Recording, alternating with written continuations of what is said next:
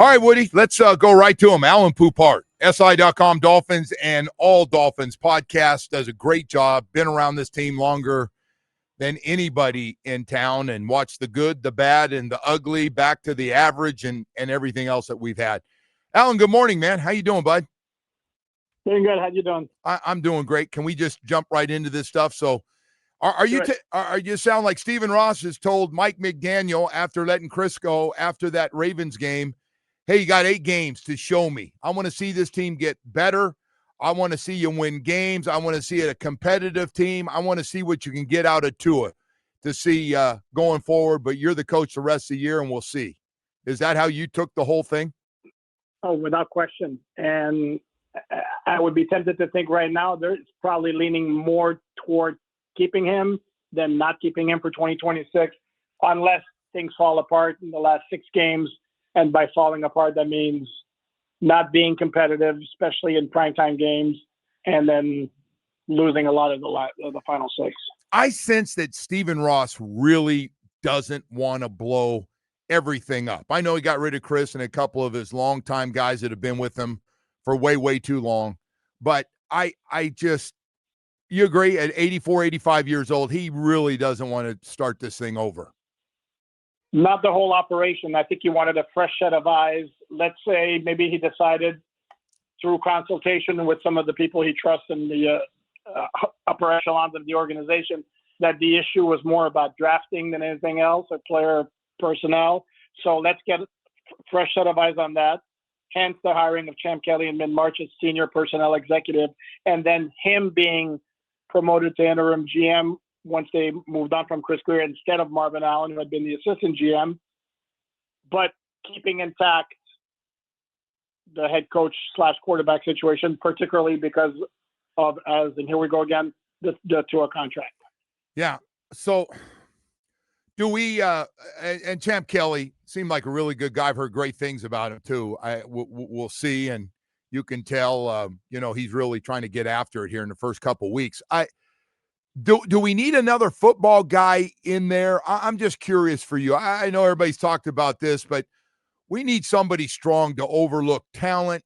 Cap responsibility is really getting – nobody's talking about who screwed up this money with all this record amount of cap dead money we're going to have coming up.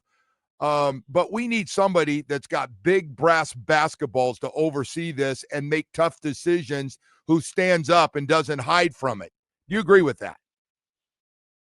I do, but that would require like a full blowing up of the whole operation. And again, that's not easy to do when you have a quarterback with the cap number he has next year. And when you talk about like the cap situation they let themselves in, part of the issue again is they went for it. They did go for it, and I get it. They did go for it. Yes, I get it too. They hadn't won a playoff game in 25 years. Are we really gonna, bemoan the fact that they went for it and got Tyreek Hill and got Jalen Ramsey and got Bradley Chubb? There was going to be a price to pay for that if it didn't pan out, and they're paying that price to where their cap situation is a bit of a mess. Does it ever bother you? We never know who makes final decisions on stuff, and we never hear anything unless somebody gets fired, and then we hear a little bit of junk about them. But outside of that, it's incredible. Like I still don't know like certain things, like who had final say to grab Tua and not take Justin Herbert, or other decisions to give. Like somebody had to stand up and go, we're giving all these guys extensions. We want them happy because we're not only did we trade for them, now we're going to go for it with friggin' extensions. Like, wouldn't you like to know? I would, absolutely. But the organization would like for us not to know, because again, it does. From their eyes, it's like it doesn't matter who made the final call. The Dolphins made the final call, but so what we're left with is little nuggets here or there. For example, that Mike McDaniel pounded the table for Tua to get the extension. That Brian Flores supposedly did not like Jordan Love and didn't want him didn't necessarily want Tua. Maybe was more interested in the idea of Jordan later in that first round. But I'm not. Yeah, I would love to know exactly who was the final call on picking Tua. And another example is like Steve Ross throwing out the suggestion in 2018 of taking Lamar Jackson in the first round, which was basically dismissed. But yeah, absolutely would love to find out exactly. I wrote something yesterday about it. The bottom line is, since Chris Grier had the title of GM, he's the one who gets assigned the blame, generally speaking, from fans whenever a pick didn't work out. Right. Regardless of who made it, which is why I wrote that let's give him his props for Devon Achane, who was a great pick. Then some fans replied to me like, well, that was a McDaniel pick. Well, you can't have it both ways. Chris Grier is the one who made the final call, just like he made the final call on some of the bad picks that folks don't like. Yeah. No, he hit on that one. That was the best thing he did with those small classes of draft. Those small draft classes he had by far. Hell, we got one of the best running backs. I give him credit for that one. You're right. Hey, one other thing's got to get cleaned up, that we have injured guys coming in here that stayed injured. Extensions to injured guys that stay injured. Is that one thing that's got to get cleaned up? And I'm specifically talking about a right guard and a right tackle who are expected back for the second half of the season or what's left of the season. But they're going to miss a lot. Can I trust those guys down the road, or do we have to move on going, you've been hurt a lot, you're going to be hurt more in the future? How do you treat that? How's the organization going to treat that? From that standpoint, I would think it was more egregious with the right tackle because he had injury issues before from the start, even dating back to college. And then as far as James Daniels is concerned, there's a flukiness aspect to it too. I mean, he tore his Achilles last year and you signed him coming off of that, which is risky in itself. So you can question that. But if you also look at the structure of the contract, it's very easy for the Dolphins to get out of the contract after 1 year if they decide to do so. And then his injury this year is a torn pec, which has nothing to do with the Achilles. So there's bad luck involved.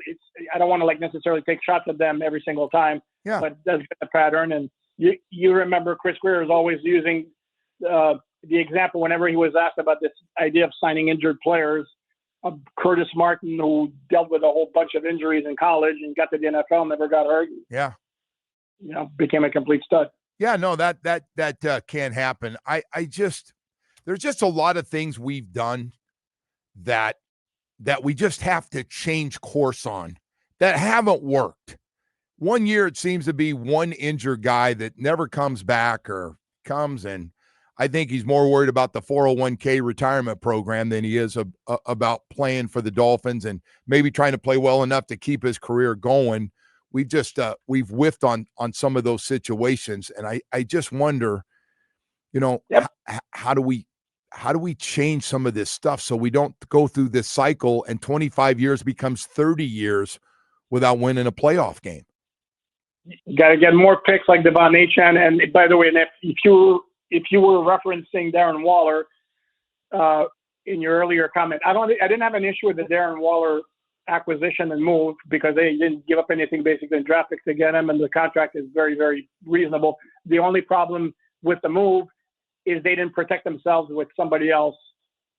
As a frontline tight end, it was basically Waller's got to be the guy, and oops, he gets hurt. Yeah. How do you feel about Mike McDaniel? I know a lot of people, because he's going to be under a microscope for a lot of fans the rest of the season. But what do you think overall of the job he's done, and minus the Tua relationship and getting the most out of Tua? Yeah, it's kind of a big factor, though, isn't it? Yes. Yeah. Mrs. Lincoln, let's talk about that play, but let's see about the nasty episodes that happened there. No, look, he's a very, very innovative offensive mind. I mean, it's got kind of obvious. I think it's fair to question the leadership aspect of it. There's some game management stuff that's a little bit weird to me, and we could get into or not the 4th and 1 decision and then calling timeouts on defense on that last drive. But the bottom line is he's a head coach, and if you go from you inherited a team that went 9-8, got better talent, still went 9-8 your first year, then you go to 11-6 when everything went right, or most things went right. Then it's 9-8-9. If that winds up being the final record this year, at some point again, if it's good but not good enough, should you not want something better for your franchise? Well, I don't know. I used to read Chris Grier's bio, and it was always saying he had another winning record, and I said, man, I get when we write nice things about people when we read the bio with the stats and everything else you get every week, but that can't become like we have to remind people, man, that can't be.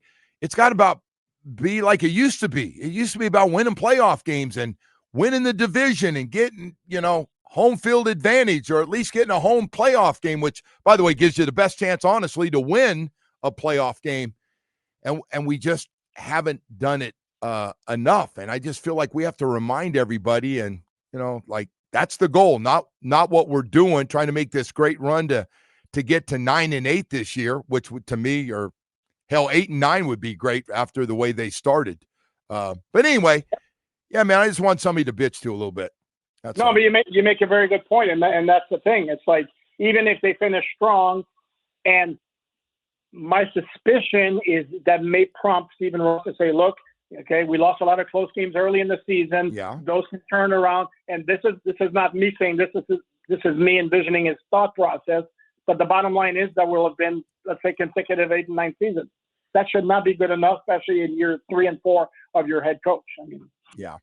Alan, thank you, man. I appreciate you spending a few minutes with us. Let's get back down on tennis court, man. You got to take some time off. I talked to your wife. She said Lefty needs some time off to spend with you. So thank you. Oh, absolutely. We'll do it. All right. Alain Poupart, SI.com Dolphins and all Dolphins podcasts. It's a good one, man. It's a good one. Kind of like going to Atlantic Men's Clinic, ED and low T.